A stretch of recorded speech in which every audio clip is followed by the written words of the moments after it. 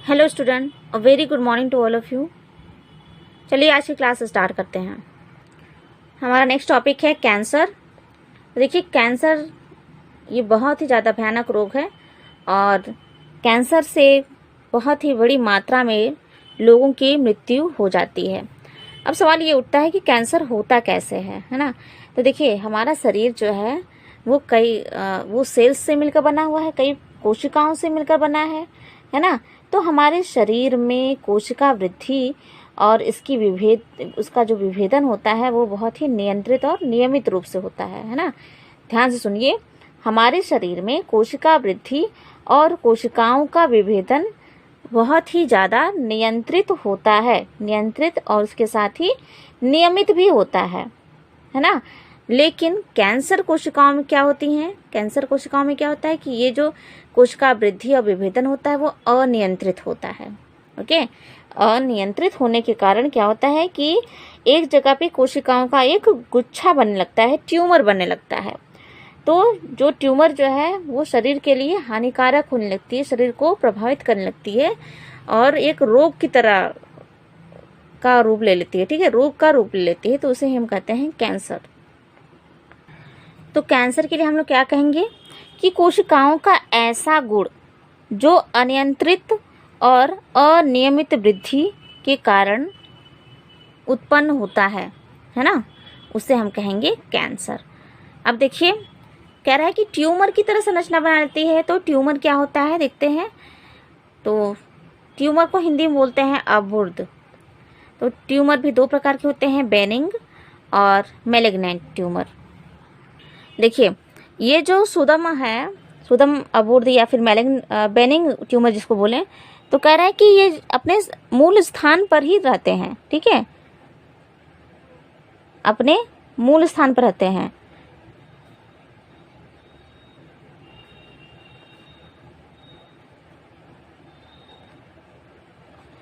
अपने मूल स्थान पर स्थित रहते हैं और दूसरे स्थान पर नहीं फैलते। ठीक है, हमेशा अपने मूल स्थान पर रहेंगे।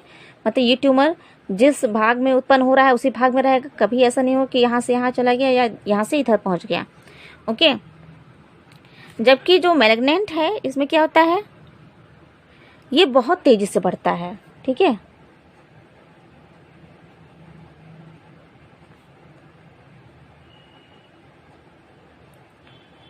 बहुत तेजी से बढ़ने वाला ये ट्यूमर होता है और ये जो है जहाँ पे मतलब ये वृद्धि करता है वहाँ भी, और साथ ही आसपास के जो ऊतक होते हैं, टिश्यू होते हैं, उनको भी ये प्रभावित करता है। ठीक है, तेजी से बढ़ता है और आसपास के ऊतकों को प्रभावित करता है।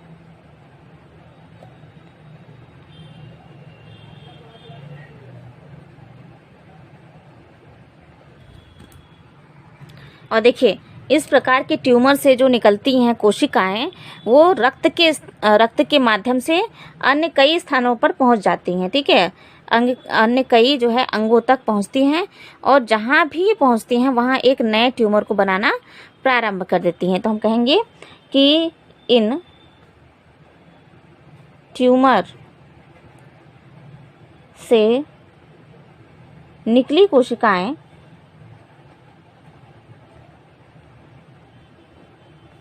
रक्त के माध्यम से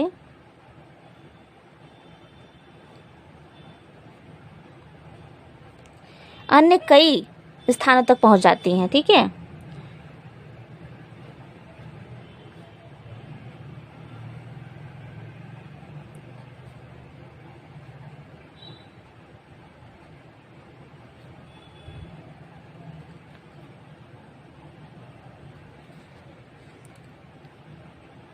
और नए ट्यूमर का निर्माण शुरू कर देती हैं।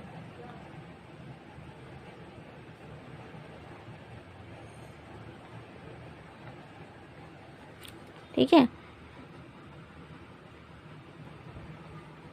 चलिए नेक्स्ट है कैंसर के प्रकार, यानी कि टाइप्स ऑफ कैंसर। देखिए, सर पहला है सार्कोमा। तो सार्कोमा जो है यह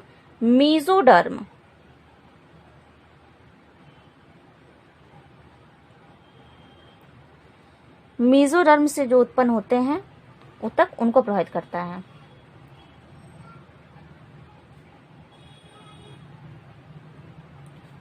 ऊतकों को प्रभावित करता है।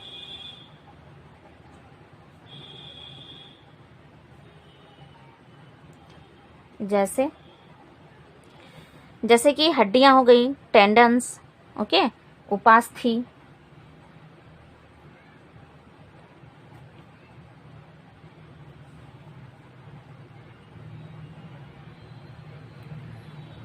टेंडन, ओके, और इसके अलावा कुछ वसा टिश्यू जो हैं, फैट टिश्यू यानी कि वसा ऊतक, इनको भी ये सार्कोमा कैंसर प्रभावित करता है। ठीक है, सार्कोमा टाइप का कैंसर होता है इनमें। दूसरा है कार्सिनोमा। तो देखिए, कार्सिनोमा जो होता है, ये कैंसर जो है ग्रैंडुलर टिश्यू यानी कि ग्रंथिल ऊतकों में और एपिथेलियम ऊतकों में होता है। ओके, ये कैंसर कहाँ होता है? ग्रैंडुलर यानी कि ग्रंथिल,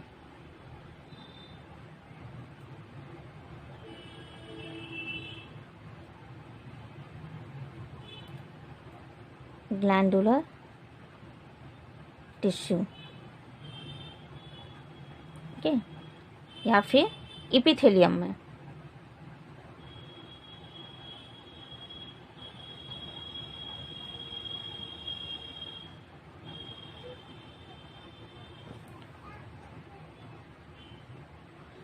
इसके एग्जाम्पल हैं जैसे कि अग्नाशय,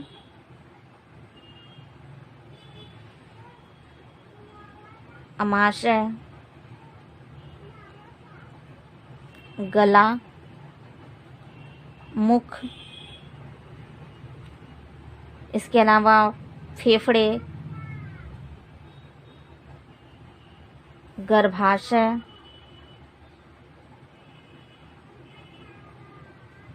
स्तन,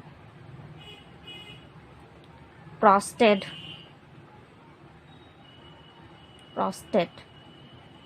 आदि, है ना। जैसे कि मान लीजिए कभी कोई क्वेश्चन अगर पूछ लेता है कि अग्नाशय का कैंसर या फिर अमाशय का कैंसर किस प्रकार का कैंसर है, तो हम कहेंगे कार्सिनोमा टाइप का कैंसर है। और इसी प्रकार से ऊपर जो देखिए सार्कोमा में, तो अगर हड्डियों से संबंधित किसी को कैंसर हुआ है तो यानी वो कौन सा कैंसर हुआ? सार्कोमा कैंसर है। ओके, और थर्ड कैंसर है ल्यूकेमिया।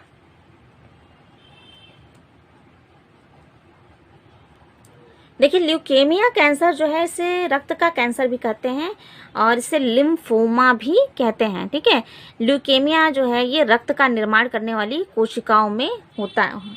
ठीक है, देखिए ल्यूकेमिया को क्या कह सकते हैं? लिम्फोमा भी कहते हैं।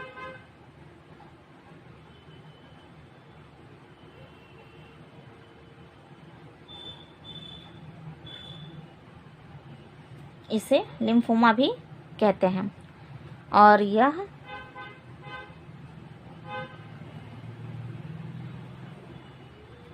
रक्त का निर्माण करने वाली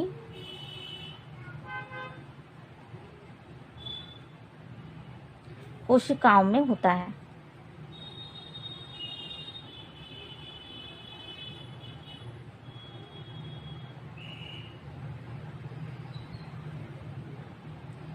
ठीक है, तो ल्यूकेमिया जो इस प्रकार कैंसर है कि इसमें रक्त में जो WBC पाए जाते हैं, व्हाइट ब्लड सेल्स, है ना, WBC की संख्या तेजी से बढ़ती है।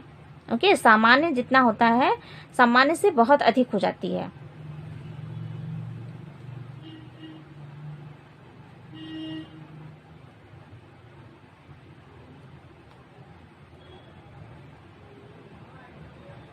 ठीक है, तो क्योंकि ये क्या है, रक्त में होता है, रक्त कोशिकाओं को प्रभावित करता है, WBC की संख्या अधिक बढ़ जाती है, इसलिए ल्यूकेमिया को क्या कहते हैं? रक्त कैंसर यानी कि ब्लड कैंसर भी कहते हैं।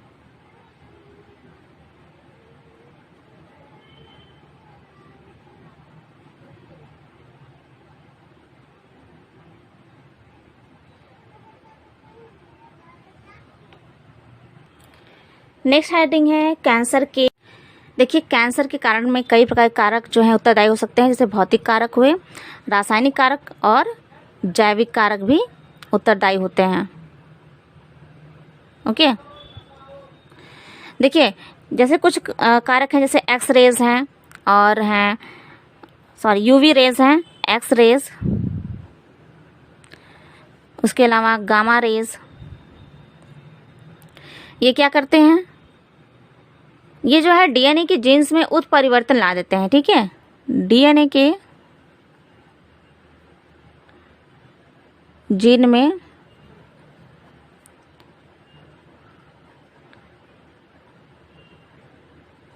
उत्परिवर्तन उत्पन्न कर देते हैं, उत्परिवर्तन ला देते हैं, जिससे कि वो कैंसरस हो जाता है। सेल क्या हो जाता है, ला देते हैं, जिससे सेल कैंसरस हो जाता है। ओके, यानी कि सेल्स में जो है अनियंत्रित और अनियमित जो है वृद्धि स्टार्ट हो जाती है। इसके अलावा जैसे कुछ अल्कोहल वगैरह है, धूम्रपान हम कह सकते हैं, धूम्रपान है ना, धूम्रपान, धूम्रपान हुआ, तंबाकू। तो धूम्रपान और तंबाकू में अनेक प्रकार के रासायनिक तत्व होते हैं जो कि कैंसर के प्रभाव को बढ़ाते हैं।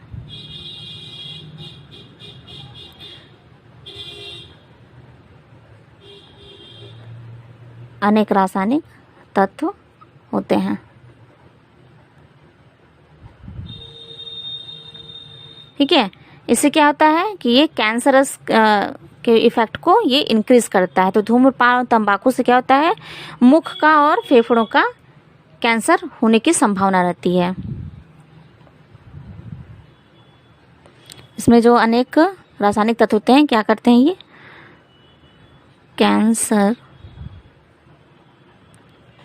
कैंसरजन के लगातार प्रभाव को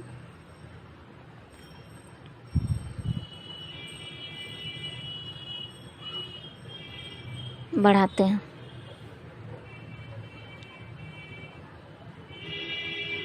जिससे मुख व फेफड़ों का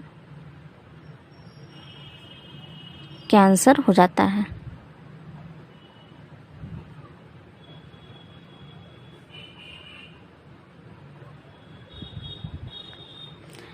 है ना। इसके अलावा कुछ ऐसे वायरस हैं जो कैंसर उत्पन्न करते हैं। तो ऐसे वायरस जो कैंसर उत्पन्न करते हैं उनको कहते हैं ऑन्कोजेनिक वायरस। ठीक, कुछ वायरस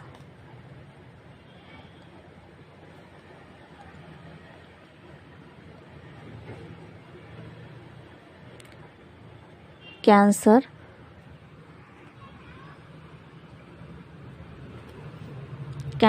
उत्पन्न करते हैं।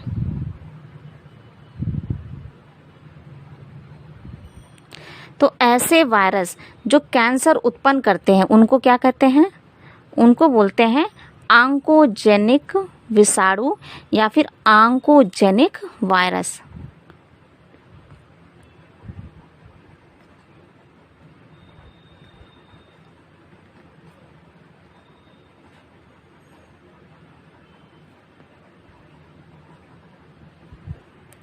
ऑन्कोजेनिक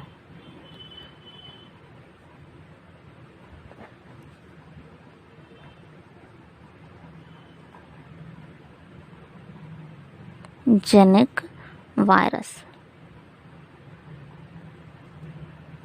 ओके, ऑन्कोजेनिक विषाणु या फिर ऑन्कोजेनिक वायरस कहते हैं।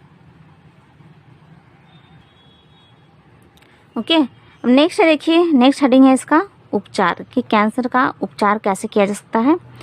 तो कैंसर के उपचार के लिए कीमोथेरेपी का उपयोग किया जाता है।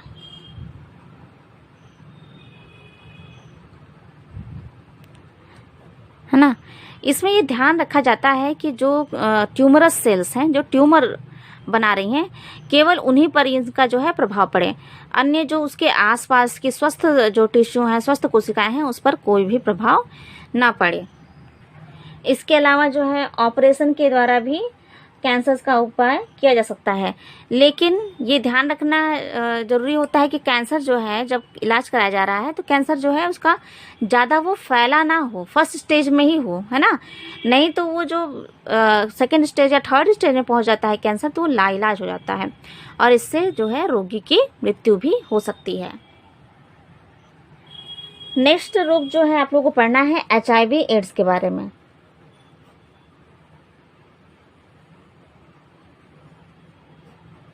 ठीक है, HIV और एड्स। तो एड्स सब जो है ये इसका फुल फॉर्म होता है एक्वायर्ड इम्यूनोडिफिशियंसी सिंड्रोम। ठीक है, एड्स इसका नाम होता है एक्वायर्ड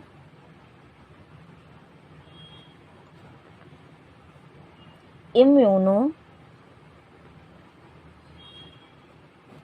डिफिशियंसी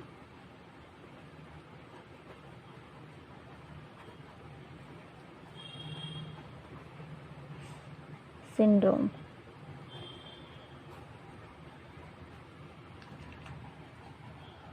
जिसका अर्थ होता है कि प्रतिरक्षा तंत्र की ऐसी न्यूनता जो व्यक्ति के जीवन काल में उपार्जित होती है ना, जीवन काल में उपार्जित होती है। उपार्जित रोग है यानी कि ये कोई जन्मजात रोग नहीं होता है ना। ये कैसा रोग है? उपार्जित है, जन्मजात नहीं है। इसके अलावा एड्स जो है ये एड्स क्या है? एक वायरस जनित रोग है ना। वायरस के द्वारा होता है, विषाणु के द्वारा होता है और जिसका नाम है ह्यूमन इम्यूनोडिफिशियंसी वायरस यानी कि HIV। एड्स कैसा रोग है? वायरस जनित है जिसका नाम है HIV और इसका फुल फॉर्म है ह्यूमन इम्यूनो डिफिशियंसी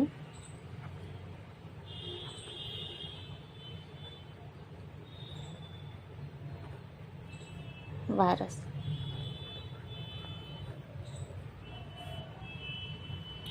ये जो HIV वायरस है ये रेट्रो वायरस समूह का एक वायरस होता है। ठीक है, रेट्रो वायरस।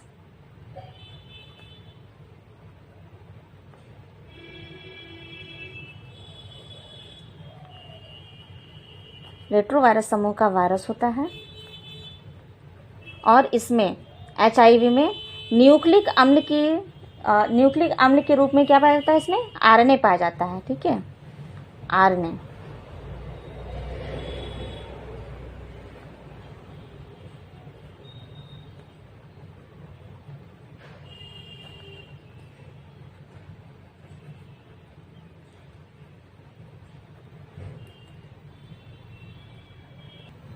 देखिए RNA कैसा होता है? RNA होता है सिंगल स्ट्रैंड होता है ना। तो HIV में RNA की 2 स्ट्रैंड पाई जाती हैं जीनोम के रूप में। ठीक है, तो हम कहेंगे कि RNA की 2 एकल सूत्र, सिंगल स्ट्रैंड है तो एकल सूत्र बोलते हैं इसको हिंदी में, जीनोम के रूप में पाया जाता है।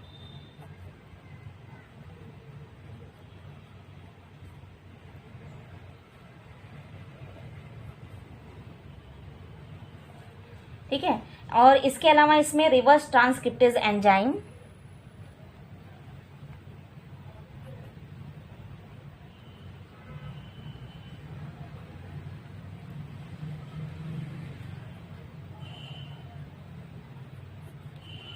और एक अंतः खोल होता है। ठीक है, इनर लेयर पाई जाती है जिसको बोलते हैं P24, इनर लेयर या फिर अंतः खोल, जो भी आप कहें। अंतः खोल हिंदी में बोलते हैं और इंग्लिश में इनर लेयर। और एक बाह्य खोल यानी कि आउटर लेयर, बाह्य खोल P17। ठीक है, एक अंतः खोल और एक बाह्य खोल P17।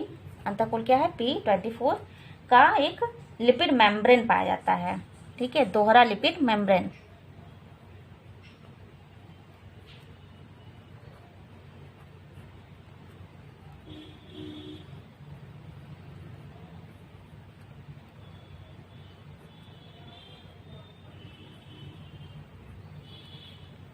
बाहरी जो इनकी ग्लाइकोप्रोटीन परत होती है उसमें अनेक प्रकार के स्पाइक होते हैं, ठीक है।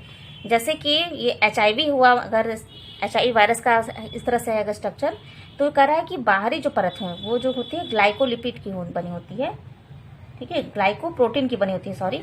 तो ग्लाइकोप्रोटीन की जो परत होती है उस पर अनेक प्रकार की इस तरह से स्पाइक, कांटेदार संरचना पाई जाती है, ठीक है। इस तरीके से उनमें स्पाइक के जैसे संरचना पाई जाती है। और इन स्पाइक्स का क्या कार्य है? ये CD4 या फिर T4 एंटीजन यानी कि T लिम्फोसाइट्स, मैक्रोफेज और नर्व सेल पर ये पाए जाते हैं, है ना। यानी कि ये जो स्पाइक्स होते हैं ये CD4 और T4 जो एंटीजन्स होते हैं इनको पहचानने का कार्य करते हैं, ठीक है। ये जो स्पाइक्स होते हैं तो हम लिख देते हैं यहाँ पे कि बाहरी जो है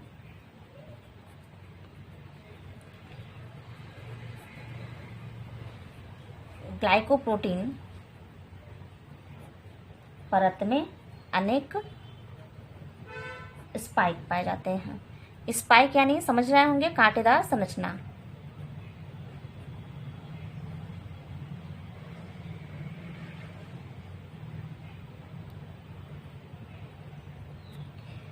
जो क्या करते हैं CD4 को ही बोलते हैं T4 एंटीजन, ठीक है। T4 एंटीजन रिसेप्टर को पहचानने का कार्य करते हैं। एंटीजन यानी कि प्रतिजन हिंदी में बोलते हैं जिसको, रिसेप्टर को हिंदी में बोलते हैं ग्राही, तो प्रतिजन ग्राही को पहचानने का कार्य करता है।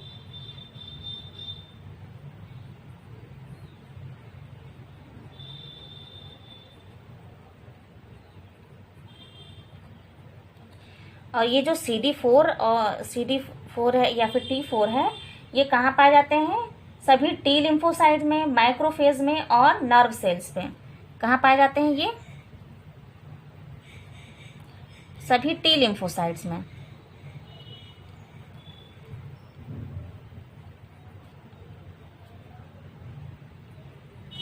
माइक्रोफेजेस में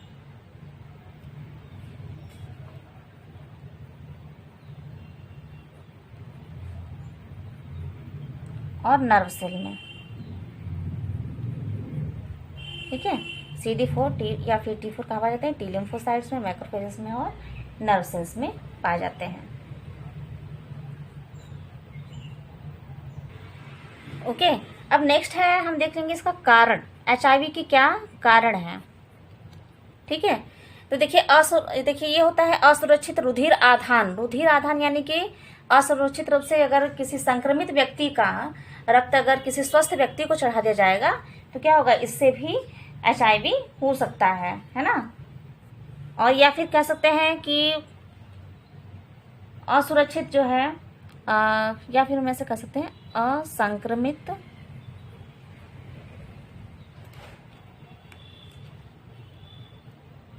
में संक्रमित व्यक्ति का रुधिर आधान से यानी कि ब्लड डोनेट करने से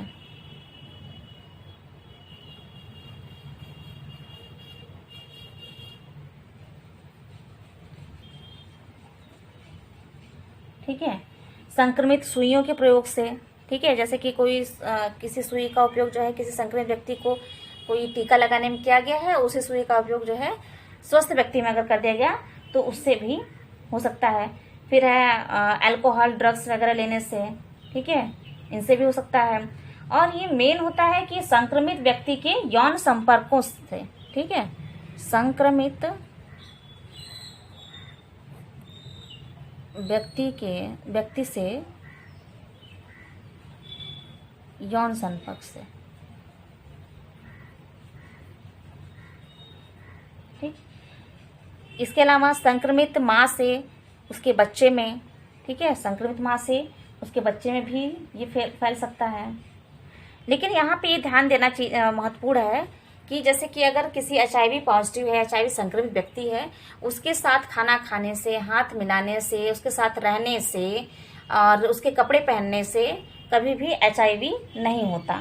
ठीक है, देखिए इनका जो संक्रमण काल होता है HIV का संक्रमण काल,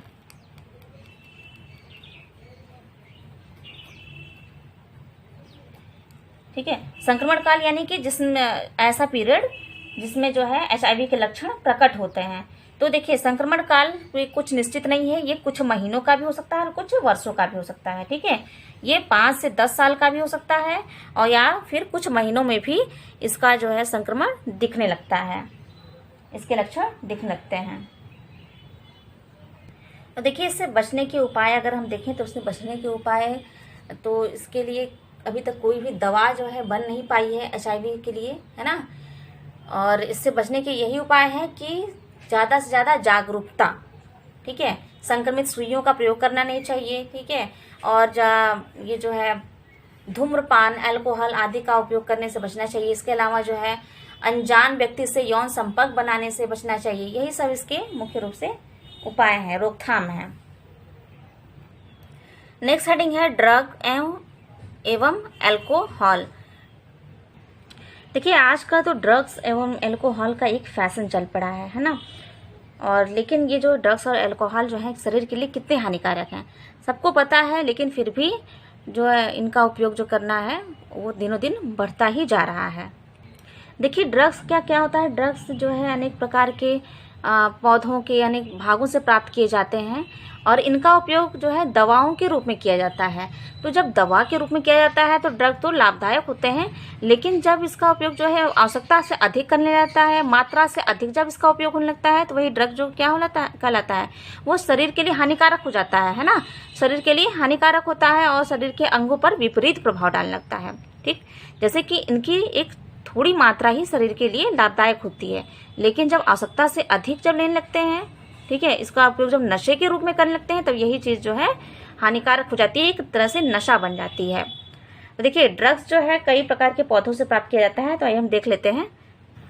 देखिए जो बुक में आपके सामने दिख रहा है चार्ट है ना, ड्रग्स के प्रमुख समूह एवं उनके उदाहरण एवं प्रभाव। ड्रग्स के कई समूह हैं, इसमें देखिए पहला है प्रशांतक। तो उदाहरण है इसका फिनोथायाजिन्स, ठीक है, फिनोथायाजिन्स और बेंजोडायाजेपाइन्स। तो इसका प्रभाव क्या होता है कि ये बिना शामक तथा निद्रा के बेचैनी और तनाव को कम करते हैं। ठीक है, ये जो फिनोथायाजिन्स हैं और बेंजोडायाजेपाइन्स हैं, इनका काम क्या है, निद्रा, बेचैनी और तनाव को कम करना। ठीक, दूसरा देखिए सेडेटिव हिप्नोटिक्स। तो इसका उदाहरण है बार्बिट्यूरेस और वैलियम। और इनका प्रभाव क्या है, केंद्रीय तंत्र की क्रियाओं को धीमा करना और राहत प्रदान करना, और ज़्यादा खुराक से इनकी नींद आने लगती है ना। इसका अगर ज़्यादा उपयोग कर लिया जाए तो नींद भी आने लगती है। तीसरा देखिए ओपिएट नार्कोटिक्स। तो इसका उदाहरण है ओपिएट नार्कोटिक्स अफीम, morphine, codeine, heroin, smack, pethidine, methadone. Okay, और इनका कार्य क्या है, प्रभाव क्या करते हैं, ये दिमागी क्रियाओं को कम करते हैं, दर्द में राहत देते हैं, तंत्र को उद्दीपित करने का कार्य करते हैं। देखिए कार्य अच्छा है इनका, है ना। जब इनका उपयोग दवा के रूप में किया जाए तो ये तो सही है ना। जो ऐसा कोई जो रोगी है जिसको असहाय दर्द हो, उसे नींद ना आ रही हो, है ना, या दर्द के किसी चोट की वजह से वो उसे जो है नींद आने में उसको दिक्कत है ना, उसको आराम देने की अगर प्रक्रिया है तो इनके द्वारा जो है, इन दवाओं के द्वारा उसे आराम पहुंचा जा सकता है। लेकिन जब यही कोई अपना जो है लत बना ले, इसको लगातार लेने लगे, तो ये क्या हो जाएगा, ये शरीर के लिए हानिकारक भी हो जाएगा, है ना। आवश्यकता से अधिक जब लेने लगेगा तो क्या होगा, शरीर पर विपरीत प्रभाव डालेगा, है ना। इनकी थोड़ी खुराक तो शरीर के लिए सही है। नेक्स्ट देखिए चौथा है उद्दीपक या फिर उत्तेजक। तो इसके उदाहरण है कैफीन, कोकेन, कोक, सुपारी और एम्फीटोमिन्स। ठीक, तो ये क्या करते हैं, ये व्यक्ति को अधिक सावधान बनाते हैं, सक्रिय और उत्तेजक बनाता है। ठीक है, और पांचवा देखिए विभ्रमक है। तो विभ्रमक का उदाहरण है LSD, मिस्केलिन, साइलोसाइबिन, साइलोसिन, भांग, गांजा, चरस, मैरिजुआना आदि। और इसका प्रभाव देखिए भांग, गांजा, चरस और मैरिजुआना का विचार विमर्श करना, सोचने समझने को कम कर देता है ये, ठीक है, विभ्रमक का कार्य करता है। तो इस प्रकार से ड्रग्स के जो है 5 समूह हमने देखे, प्रशांतक, सिडेटिव, हिप्नोटिक्स, ओपिएट, उद्दीपक, विभ्रमक, ठीक है, और उसके सभी हमने प्रभाव भी देख लिए हैं।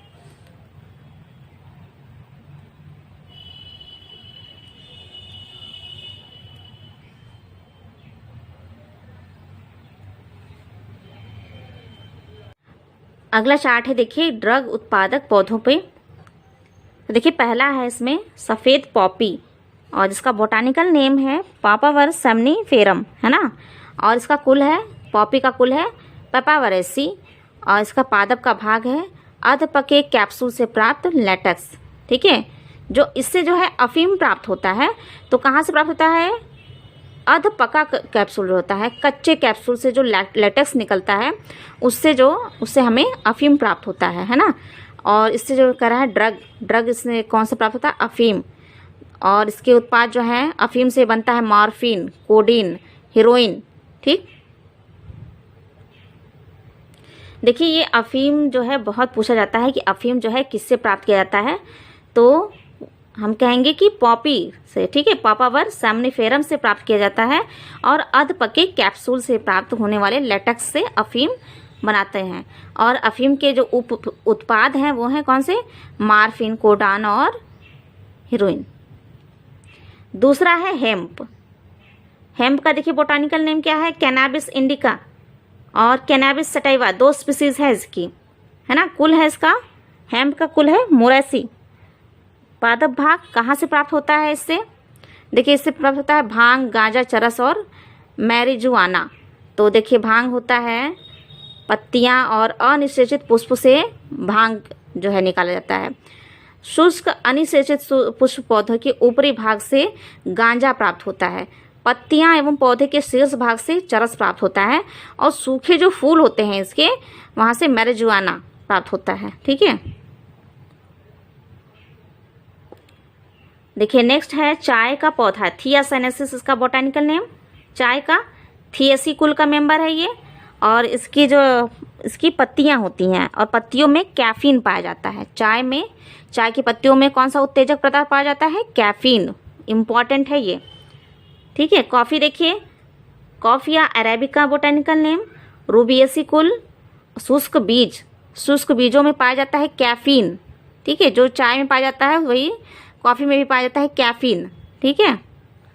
फिर देखिए केकाओ का पौधा है थियोब्रोमा कोको, और इसका कुल है स्टरकुलिएसी। शुष्क बीज से प्राप्त होने वाला है ये, कैफीन इसमें भी पाया जाता है। यानी कि देखिए चाय में, कॉफ़ी में और कोको में क्या पाया जाता है? कौन सा उत्तेजक पदार्थ पाया जाता है? कैफीन, याद रखिएगा। चाय जो है कैफीन पाया जाता है इसकी पत्तियों में, और जबकि कॉफ़ी और कोकोआ में शुष्क बीजों में कैफीन पाया जाता है, ओके। अब देखिए कोका पौधा है, तो एरिथ्रोजाइलम कोको इसका नाम है बोटानिकल, और कुल है एरिथ्रोजाइलेसी, ठीक। कोकेन पाया जाता है इसमें, उत्तेजक पदार्थ क्या है? कोकेन। शुष्क पत्तियां और शिशु शाखाएं, मतलब जो बिल्कुल नई शाखाएं होती हैं उनसे प्राप्त किया जाता है, ठीक है, उत्तेजक पदार्थ। और कोकेन के अलावा इसमें क्रैक भी पाया जाता है। कोकेन उत्तेजक होता है, क्रैक जो होता है वो कम उत्तेजक होता है। अच्छा नेक्स्ट देखिए पियोट कैक्टस, तो इसका जो है बोटानिकल नेम है लोफोफोरा विलिया मिसी। कैक्टेसी कुल का है, शीर्ष शुष्क भाग में पाया जाता है। शीर्ष शुष्क भाग जो है इसका उपयोग किया जाता है ड्रग्स का निर्माण में, तो ये जो है भ्रमकारी होते हैं, ठीक है। 8वां देखिए अर्गट फंगस। अर्गट फंगस का बॉटनिकल नेम है क्लेविसेप्स परपुरिया। एस्कोमाइसिटिस कुल, फलनकाय और एलएसडी भ्रमकारी इनसे प्राप्त होता है, एलएसडी प्राप्त होता है। चलिए नेक्स्ट है 9वां है मैक्सिकन मशसन। ये है सिलोसाइब मैक्सिकाना बोटानिकल नेम, और एग्रिकेशी फलनकाय, और इनसे प्राप्त होता है साइलोसाइबिन,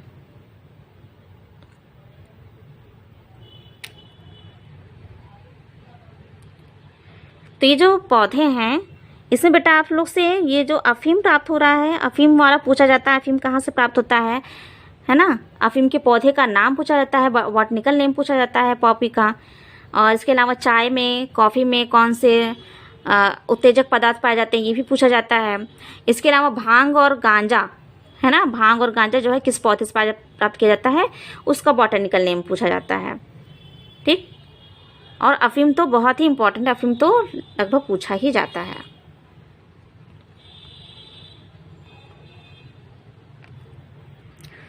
तो आपके जो इस चैप्टर में जो है मानव स्वास्थ्य एवं रोग में, इसमें इतनी चीज़ें ही पढ़नी है। इसके अलावा जो है आप लोग को एक ऐसे पूछा जा सकता है कि अल्कोहल के क्या अनुप्रयोग है, मतलब अल्कोहल का स्वास्थ्य पर क्या प्रभाव पड़ता है, इससे बचने के उपाय है ना। धूम्रपान का क्या है कुप्रयोग, ठीक है, इनसे बचने के उपाय यही सब है। तो इस चैप्टर में इतना ही रहने देते हैं, है ना। अगली क्लास में हम नेक्स्ट जो है चैप्टर स्टार्ट करेंगे।